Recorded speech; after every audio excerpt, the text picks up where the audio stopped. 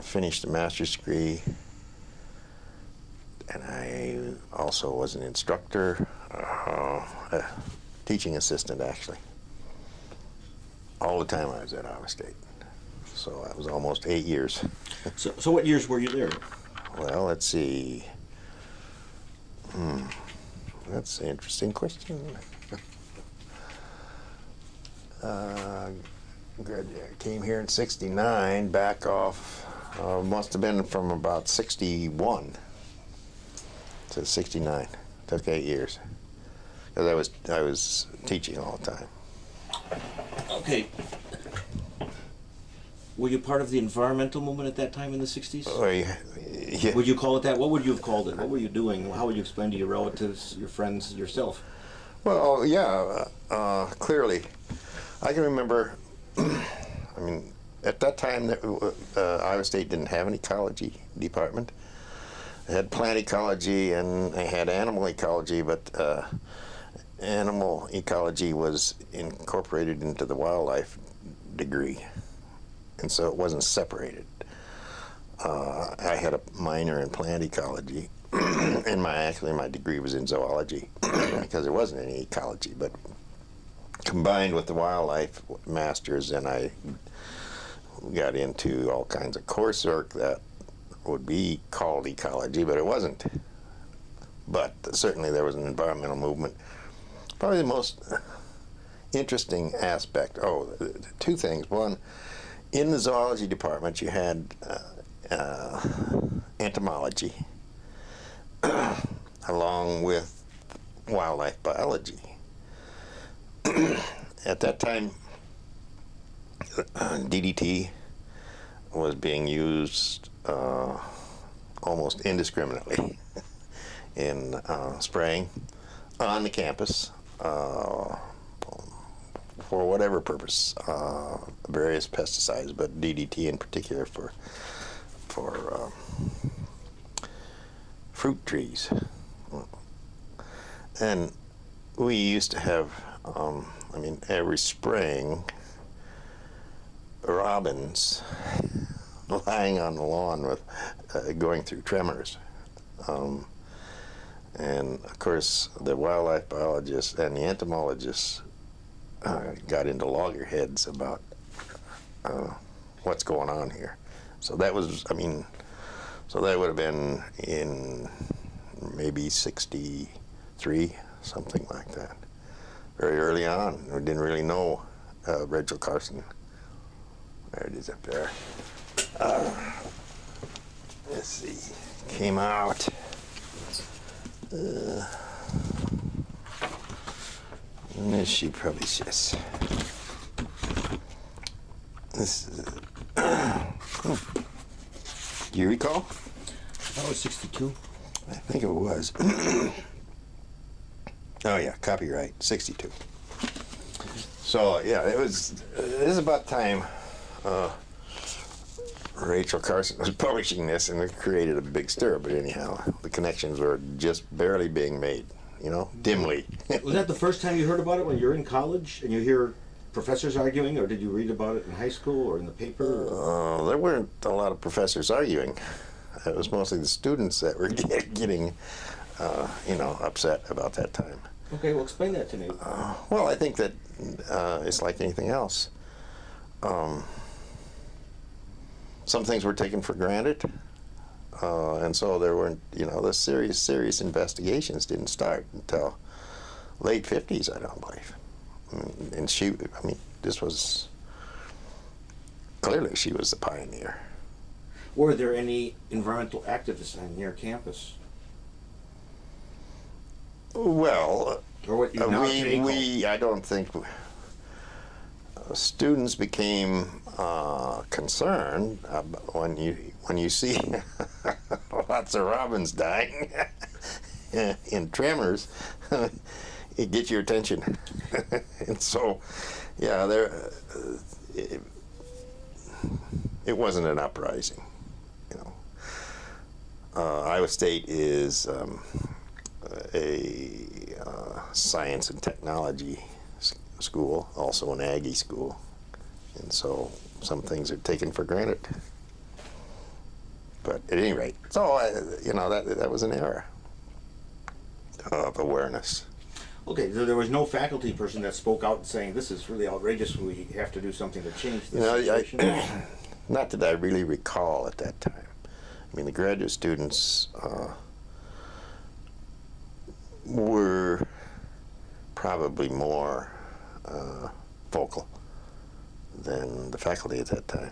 Now, and you were a graduate student, or you were an instructor? Well, I was a graduate student, but I mean, I was a graduate assistant, a teaching assistant, until my last year, which I was an instructor at that, and with different status. And I taught. I wasn't just assisting in courses; I was teaching courses then. Now, you're known today, at least by an awful lot of people, as a wetlands expert or a wetlands researcher. Right. Can you trace the roots back? Was that Yeah, where sure. you started? Well, I started as a trapper. I mean, as a kid. But that's not unusual for Iowa farm boys. And I wasn't a farm boy, I was a townie. But what town of 3,000, so I mean, you might as well be on the farm. But at any rate, a lot of boys trapped and make some extra money. So, yeah, and I guess associated with marshes and ponds and whatever was there in Iowa. But as I got involved in working with, in my PhD, I worked on stress ecology of blue-winged teal. And this took me to northwestern Iowa in the pothole country. And my professor, major professor, was Milt Weller, who's a really quite a well-known waterfowl biologist. So it was not, I mean, where you got waterfowl, you got wetlands, and it's hard to separate the two. And so my interest was not focused on wetlands, but rather on waterfowl. But there you are. When I came to this part of the world, it was a whole new environment, and the coastal wetlands were there. And it wasn't possible in our institution to do experimental work and have captive birds like I could at Iowa State and do physiological experiments. So I redirected my attention to coastal wetlands. And Milt had spent a lot of time with his students on avian ecology, and so it was natural for me to switch from a focus on physiological ecology to wetlands. So that's what I did. Was the issue of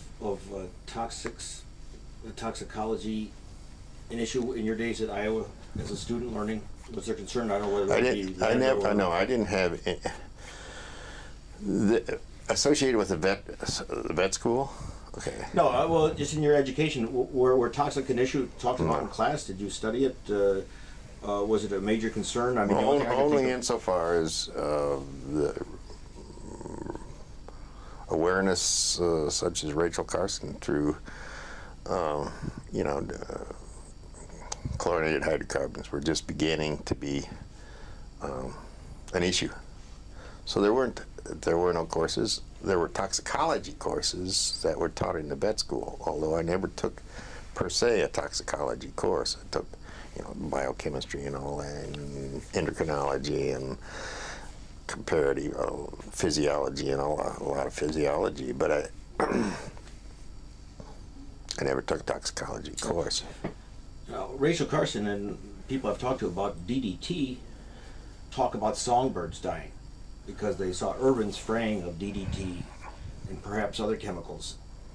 Did you see effects on waterfowl, or were people concerned about effects of agricultural chemicals on waterfowl?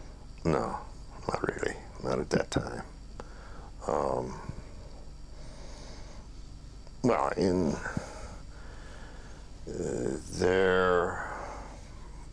northwest Iowa, there certainly were pesticides being used, but most of these areas in the pothole, where I was working at least, was all state-owned land, and it was isolated from most of the agriculture.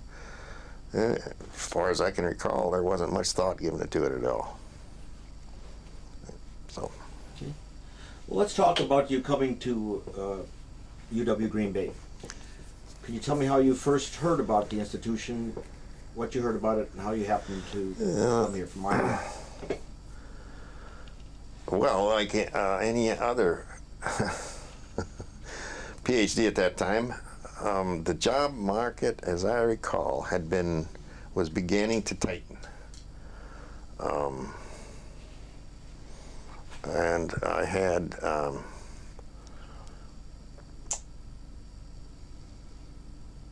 several leads and opportunities to go interview.